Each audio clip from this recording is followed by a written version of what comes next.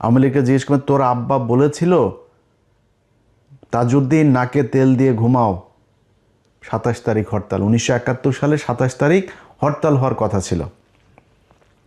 তাজউদ্দিনের মেয়ের লেখা বই, ভাই আপনি আমারে বিশ্বাস করার দরকার নাই, আপনারও আমি বিশ্বাস করব না। সো আমরা 71-এর ওগুলো নিয়েই, যারা ওই সময়ের মানুষ তাদের কথা যা বলেছে তাদেরকে নিয়েই শুনব। এই শেখ মুজিব সেদিন ইস্ত্রি করে, পাঞ্জাবি ইস্ত্রি করে, সুটকেস গুছায় তারপরে পাকিস্তানিদের সাথে চলে গিয়েছিল। এই মুক্তিযুদ্ধের ইতিহাস নিয়ে শেখ মুজিবকে বানানো হয়েছে জাতির পিতা, আর জিয়াউর রহমানকে বানানো হয়েছে স্বাধীনতার ঘোষক। জিয়াউর রহমান স্বাধীনতার ঘোষক ছিল, এটা সত্যি কথা, কিন্তু এইটারও আবার আওয়ামী লীগ মিথ্যা বানিয়েছে। অতএব এই ইতিহাসের কোনোটাই সত্যি না।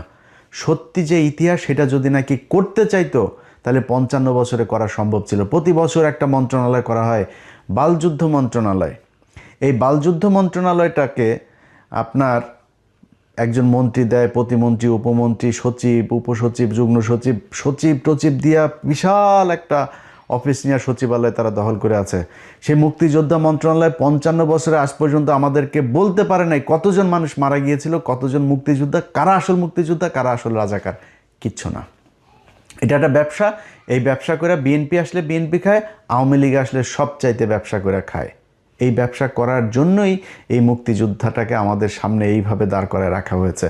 আর পাকিস্তানের সাথে আমাদের সম্পর্কটা সারা জীবন যেন খুব খারাপ থাকে এই জন্য গাঁজাখুরি এক গল্প, 2 লাখ আপনার এই মহিলাদেরকে করা হয়েছে, রেপ করা হয়েছে। ওরে বাবা রে বাবা, পাকিস্তানিরা তোমাদেরকে চোদে না, সরি, লাগায় না তোমাদেরকে। তো ওইখানে আরেক হলো কি 30 লাখ মানুষকে হত্যা করেছে।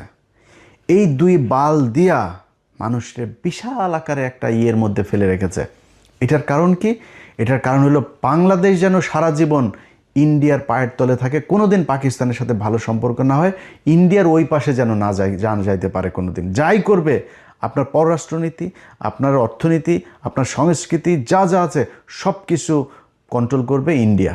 এই জন্যই আমাদেরকে এইভাবে ধরে রাখা হচ্ছে। ভাই 1947 সালে 2 পাকিস্তানের 1000 মাইল দূরে যখন ভাগ করে দিয়ে গিয়েছে না ব্রিটিশরা ওই সময় 2 পাকিস্তানের আলাদা করে দিয়ে গেছে। পৃথিবীতে এমন কোনো দেশ নাই যে 2টা দেশ এরকম ভৌগোলিক মধ্যে না থেকে, আলাদা থেকে কোথাও আছে। পৃথিবীতে কোনো দেশে কোনো জায়গায় আছে আপনি বলেন আলাদা একসাথে?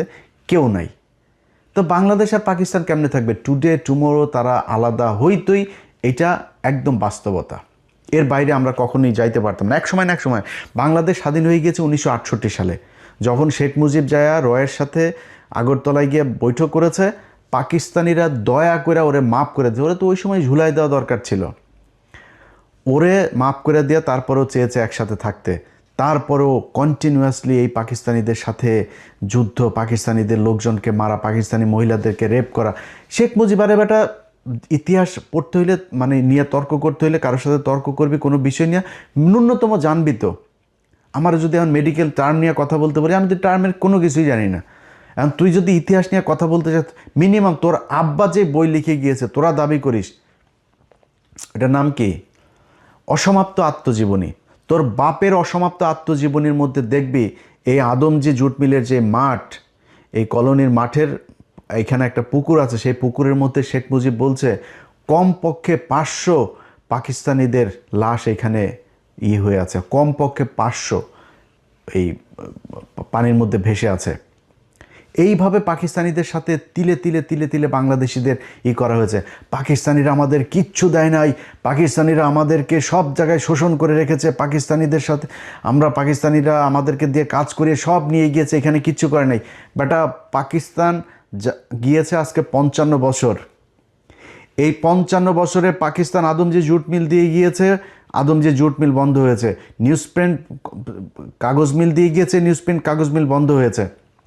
এই যে বিশ্ববিদ্যালয়গুলো, ঢাকা বিশ্ববিদ্যালয়ের বেশিরভাগ ফ্যাকাল্টিগুলো, ডিপার্টমেন্টগুলো পাকিস্তান করে দিয়ে গিয়েছে, বেশিরভাগ বিভাগ।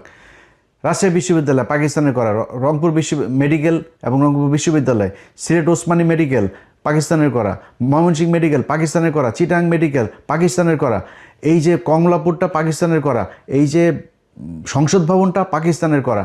স্বাধীনতার অর্জনের মাত্র 2 বছর আগেও যখন খুব তিক্ত সম্পর্ক, তখনও পাকিস্তানিরা এখানে জাহাঙ্গীরনগর বিশ্ববিদ্যালয়টা করে গিয়েছে 1969 সালে। গুগলে সার্চ দিয়ে দেখ এই জাহাঙ্গীরনগর বিশ্ববিদ্যালয় কবে প্রতিষ্ঠিত হয়েছে।